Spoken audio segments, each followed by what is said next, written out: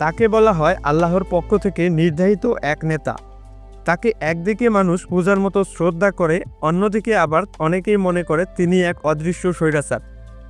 Ayatollah এই শব্দটা আপনি বহুবার শুনেছেন, বিশেষ করে আয়াতুল্লাহ খুমেনি কিংবা আয়াতুল্লাহ আলী খুমেনি নামগুলো।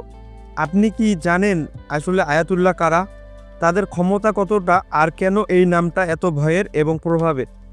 আজকের এই ভিডিওতে আমরা জানব আয়াতুল্লাহর জন্ম কীভাবে হলো, কিভাবে ধর্মের ছায়া তারা গড়লেন এক রাজনীতি বেষ্টিত সাম্রাজ্য, আর কিভাবে পুরো বিশ্ব তাদের দিকে তাকিয়ে থাকে মিশ্রিত ভয় আর বিস্ময়। আয়াতুল্লাহ শব্দটা এসেছে আরবি আয়াত থেকে। আয়াতুল্লাহ মানে দাঁড়ায় আল্লাহর নিদর্শন। শিয়া মুসলমানদের মধ্যে, বিশেষ করে ইরানে, এই পদবি দেয়া হয় সেই সব ইসলামী স্কলারদের যারা ধর্মীয় ব্যাখ্যা, আইন এবং ফতোয়া দেওয়ার সর্বোচ্চ ক্ষমতা রাখে। তারা শুধু মসজিদে নামাজ পড়ান না, তারা সিদ্ধান্ত নেন যুদ্ধ হবে কি হবে না, রাষ্ট্রপতি ঠিক রাখবে কি না, এমনকি কারো মৃত্যুদণ্ডও নির্ধারণ করতে পারেন। 1979 সাল ইরানে ঘটে যায় এক ইতিহাস বদলে দেওয়ার ঘটনা। সে সময় পশ্চিমা সমর্থিত শাহ রেজা পাহলভীর বিরুদ্ধে উত্তাল হয়ে ওঠে দেশ, আর সেই বিপ্লবের নেতৃত্বে ছিলেন একজন মানুষ, আয়াতুল্লাহ রুহুল্লাহ খুমেনি। তিনি শুধু একজন ধর্মীয় নেতা ছিলেন না, তিনি হয়ে উঠেছিলেন ইরানের আধ্যাত্মিক সর্বোচ্চ নেতা। সেই থেকে আজ পর্যন্ত ইরানের প্রেসিডেন্ট থাকলেও তার উপরে থাকেন আয়াতুল্লাহ আল উজমা, অর্থাৎ সর্বোচ্চ আয়াতুল্লাহ, যার কথা মানা বাধ্যতামূলক। বিশ্বের খুব কম দেশ আছে যেখানে ধর্মীয় নেতারা এমনভাবে পুরো রাষ্ট্র চালায়। আয়াতুল্লাহ শুধু ধর্ম শেখান না, তারা নিয়ন্ত্রণ করেন সেনাবাহিনী, পরমাণু কর্মসূচি, বিদেশ নীতি, এমনকি ইন্টারনেটেও সেন্সর দেন তারা। এই কারণে কেউ কেউ বলেন আয়াতুল্লাহ হলো ধর্মের পোশাকে এক রাজনীতিক ব্যক্তি, যিনি দৃশ্যের আড়াল থেকে সব চালান।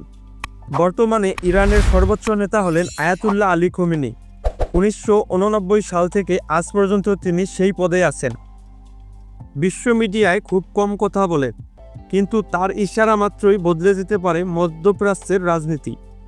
তিনি সরাসরি আমেরিকার বিরুদ্ধে অবস্থান নেন, ইসরায়েলকে ধ্বংসের হুমকি দেন এবং হিজবুল্লাহ, হামাস সহ অনেক গোষ্ঠীর পেছনে আছেন বলে অভিযোগও আছে। আয়াতুল্লাহদের অনুসরণ করা হয় শিয়াদের মধ্যে, বিশেষ করে Iran, Iraq, Lebanon, Bahrain, Yemen ইত্যাদি অঞ্চলে। কিন্তু অনেকেই মনে করেন এই ধর্মীয় নেতৃত্ব এক ধরনের নির্বাচনবিহীন একনায়কতন্ত্র।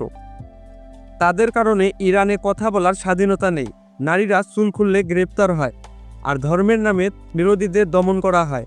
তবুও তারা বহু মানুষের আশা, বিশ্বাস আর ভালোবাসার কেন্দ্রবিন্দু। আয়াতুল্লাহ কি একজন ধর্মীয় পবিত্র পথপ্রদর্শক, নাকি একজন রাজনৈতিক ব্যক্তি যিনি ধর্মকে ব্যবহার করেন? বিশ্ব এখনও এই প্রশ্নের উত্তর খুঁজছে, কিন্তু একথা নিশ্চিত, এই নামটা শুধু ধর্ম নয়, পুরো মধ্যপ্রাচ্যের ভেতর আগুন লাগানোর মতো এক শক্তি। আপনারা কি মনে করেন, আয়াতুল্লাহ কি দরকারি এক নেতা, নাকি এক ভয়ঙ্কর ছায়া? কমেন্টে আপনার মতামত জানান। ভিডিওটি শেয়ার করুন বন্ধুদের সঙ্গে, আর এমন আরও গভীর বিশ্লেষণ পেতে চ্যানেলটি সাবস্ক্রাইব করুন। ধন্যবাদ।